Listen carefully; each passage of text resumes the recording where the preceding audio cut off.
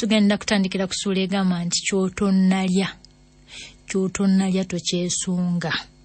Kwagaliza okuliriza okulungi. Agamba nti saazuukukirawo naye ngenda okwolera ng'eŋŋoma zibumbujja. Nenzijukira nti leero lwa Sande. Nali maze ebbanga nga sirinnya mu ssinzizo, naye ku luno nalowooza nga bwe nagenda ne tulanyaamu n'omutonzi. Osanga ebirowoozo byange ebyali biryagguse binaawemberwa ne bikkalira ne bitebenkera. Neekuba mu ssinzizo, wabula ne tukandaalirira nnyo. Saagala muntu ankandaaliriza nga nziza okusinza. Saagala kugira olwo olukukuza mbuga olwo sirwagala. Kaakati mune tukandaalirira nnyo nga abatulyowo emyoyo tebannaseeyeeya kuva gye bambalira, newankubadde nga twabalengeranga nga beewungula n'okuwulira nga bavuuvuuma. Kyaddaaki baavaayo. Omusomo ne gutandika. Gwali muno kalonda mungi era omubuulizi okugenda okusosootola ekigambo kya Katonda ng'obudde bwenyodde. Yali musajja mukulu, mukuubukuubu era mugenyi. Bwe yamala okusaba n'okwebaza n'okumukkiriza okuliisa abantu ekigambo kya Katonda era n'okweyanjula, n'atandika nti, abooluganda mu Mukama waffe, tumaze ebbanga ddene nga tetulabagana, naye Katonda yeebazibwe atutuusiza mu kiseera kino nga ffenna tuli balamu, so nga bannaffe bangi batuvudde ku maaso. Si weewaawo abooluganda, weewaawo, amiina. Nali wano nga munnaffe agalamidde ekagengere ye musumba, naye laba kati tetuli naye. Kyakusaalirwa n'ekyo bannange. Sijja kubabuulira ng'enkuba bwe yantyotyogola nga nzirayo ewaffe. Era nga n'akagaali ka bayisikolo bwe kandijja ennume y'ekigo n'envuluba nanze n'ebitoomi male ntuuka eka nga nze nanjoogiina njojo badde ng'ekiyoyo, eyo sijja kubibabuulira. N'ekyo siikyogere era ekyo kankisirikire. Saagala kubakooya nga mbatenderanga muk'omusumba eyeebase bwe yanfumbira omugoyo n'enva eza nakasugga ebyantuuka mu jjuuga. Nakyo siikisiinyeeko, sigenda kukyogerako. Wabula nina ensonga 2 weewaawo 3 n'ennyakale ziyinza okuwera ze njagala twejjukanyeemu nze nammwe. Yalanga ekitabo, essomo n'olunyiriri kwe yali agenda okwesigamya okuyigiriza kwe. Yasimba gaalubindi ku maaso n'asoma nga amaaso ate galinga agalingiza waggulu waazo. Ane nanga abambazi ba gaalubindi bansobe. Naddala abo abakadde abakuubukuubu abo. Naziteekako. Ngale ne kaawonawo, jjukira kaawonawo yaziteekangako ate nga bw'aziteekako ekirawuli ekimu nga tekiriiko. Kakati ekirawuli ekimu kyalinga tekiriiko. Bwe yaziteekangako ng'ate agamba mbu tasobola kulaba nnukuta nga tazitaddeeko, naye nga jjukira ekirawuli ekimu kyalimu olwatika ng'ekirala tekiriimu. Kale bwe yaziteekangako ate n'alyoka aziteeka wansi n'alingiririza wansi waazo.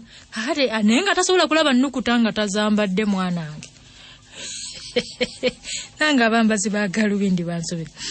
Kakati n'asoma nga amaaso galinga agalingiriza waggulu waazo. Bwe yamala okusoma ate n'anaanula gaalubindi ku maaso n'azisampalampala n'obwegenderezaawo ku bbali. Yatandika okunnyonnyola, okuggumiza n'okunoganya bye yali asomye ng'aleeta obugerogero n'okujuliza mu bitabo naye nga tebyekwanya. Nalinga abawandiisi b'ebitabo. Owandiika ekitabo olaba tekyekwanya na mboozi gye yakiti mutwe.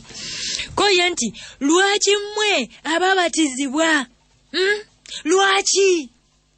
Awo n'akuba ekituuti nga bwe yeenuula bw'asuukira ate n'akyeddiramu nti manyi temujja kunnyanukula, naye muba kunnyanukula era mwandizzeemu nti tukola tutyo kubanga olwo ate nassaawo ensonga ng'atulumika n'okutuwanda kyazzeemu mu kamwa nti ate naffe mbu kyetwalizzeemu so nga ate mwanange ffe abamu tetwalizeemu kirala sekyo kye yayogera. Nagenda okulaba ng'abaali basagambya n'okubikkula ebitabo byabanga ajuliza batandise okutemereza n'okwayuuya nga balinga abaliggana n'otulo. Obwana obuto bwatandika okufuluma olongoloza omanya okusoma tekunyumye. Bwatandika okufuluma n'abakulu abamu ne batunda ku ssaawa zaabwe nga bwe battira ku bannaabwe eriiso. Omuntu omu yakolola ko omubuulizi nti weekoloza kubanga ogamba nti omubuulizi ng'aluddewo. Ye kituufu nduddewo. Ekigambo kya Katonda kigererwa essaawa. Kigererwa essaawa. Nedda ekigambo kya Katonda kigererwa ssaawa. Bwe mugenda wano mu binyumu byammwe nga mukeesezaayo obudde.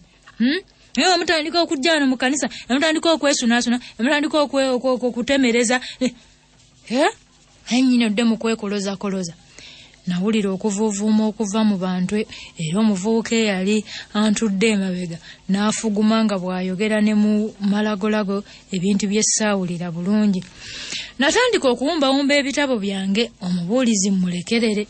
Naye omuwala bwe twali obwedda tuyimbira mu kitabo ekimu ekyo n'akisitulawo n'akyebikkuza yalinga yalina kyanoonyaamu. Osanga yali asomye ebirowoozo byange nange nali siyinza kukimulekera ekitabo kyange kubanga twali tumanyaganyisirizza maaso.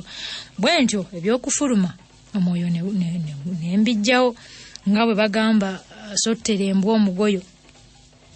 Omubuulizi nga yennyudde n'abantu 3 bannakyewa abaasaba nga nabo ate ababuulira beemaze eggoga. Ebirabo byasoloozebwa olw'omusomo ne guwumbwako. Nasaabuuka nga ndaga eka nga n'ebirowoozo bye nali ngenze okuwozaawoza bisiikuuse binsoya n'okusinga luli anti kyotonnalya. Bwe namala okuwooma ng'olwo n'ettuntu likunta n'engalamira awo ku obuliri bwange. Amaaso gaba gatambula nengwa ku kapapula akaali kafuumuuse ne kagwa wansi w'akameeza. Nakalonda nenkazingulula naye nga sisizaayo nnyo mwoyo. Natandika okusoma ebyaliko. We nasookera waali wasoma nti bannange Eddie oyagala nkukolere kyera ntya? Oyagala nfuuka akakomombeere? Sibyagala ebyo. Zene bwe nali nsaali kuza ebyedde ebyo saali biwaanye bino. Oyagala mbeera akakomo nfuuka akakomo mbeere nga ku mukono oba akaweta mbeere nga ku ngalo. Nfuuka essaawa eteeva nga ku mukono oba akatooka okwezizika. Nfuuka obuliri mbeere nga mu bulago oba peki eteeve nga ku mubiri. Ebyo nabwe nali badde wa myaka gyammwe gyenkaaga saali byogere. Oba ewuuma ey'okukuliisa. Nfuuka entugga mbeere nga ku mukono oba engatta ey'okutambuza. Nfuuka essaani ey'okuliirako oba ebijiiko. Empaana eyo. Eddie, simanyi obanga ddala omanyi banno nga bwe bakwagala okuzaama obuzaami anti buli wembeera mba ndowooza Eddie. Eddie, olowooza nnimbye mu ekyo. Awo we nakoma okutegeera. Eddie we yakoma okutegeera. Kano kaali kapepecu k'emu ku bbaluwa za fiida ze yampandiikiranga. Kati nno kaali kakyangasa ki? Nakayuzaayuza mpola n'essimbo obulere n'embuyiwa wansi ku mukeeka.